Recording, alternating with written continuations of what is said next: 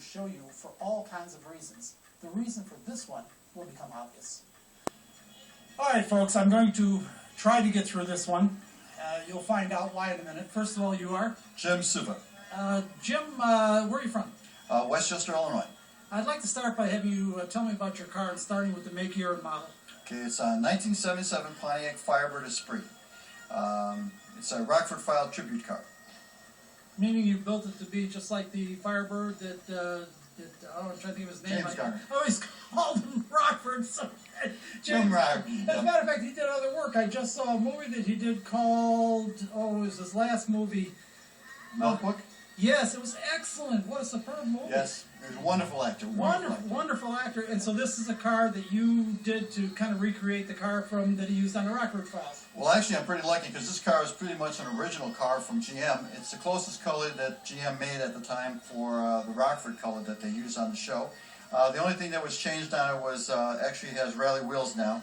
And so I'm trying to basically maintain it from what it looked like when it originally came off the assembly line. Engine and driveline? Same, it's a 305, automatic transmission, originals, all numbers matching. Okay, wasn't this a 455 though?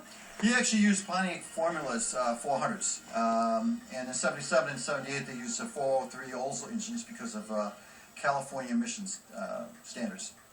Okay, that's not the real reason that I stopped to talk to you though, is it? No, it is not. Okay, we both happen to be good friends of a fellow that we lost here about 7 or 8 months ago. Now, Don French? Yes, Don French, wonderful guy. Wonderful guy, helped you on the car? Yes, he did help me when I originally got the car, and he was, every time I needed work done on it, he was the man.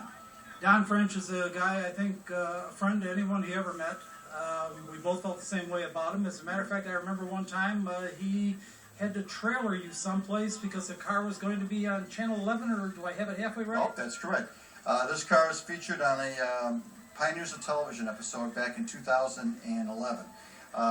James Garner was a great stunt driver as well as an actor, and he used to drive his car, and they had done the last on-camera interview with James Garner and Stephen J. Cannell back in 2010. So Don helped me bring the car up to Milwaukee, where I got to drive the car as Jim Rockford, and it was featured prominently in their segment of the crime drama episode.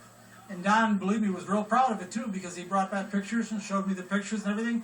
It was an exciting time in his life, and I can tell you that there aren't any of us that have forgotten Don French, right? No, definitely not. Never will. No, we really, as a world, we can't afford to lose the Don Frenches of the world. Definitely not. He had the heart the size of Texas, I'll tell you. He really did. I used to say it when he was alive. I used to say it, I only carry one phone number with me in my wallet. And that was Don's phone number, because if I'm broken down at 3 o'clock in the morning in Oklahoma and I call him, he's on the way. That's right. And it wasn't just for me. He was that way with everybody. Everybody like that.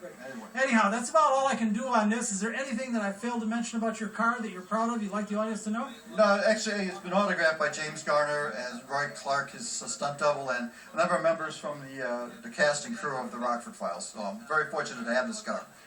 Okay, and in case you're watching, Don, we haven't forgotten you, buddy. No, never will. One day.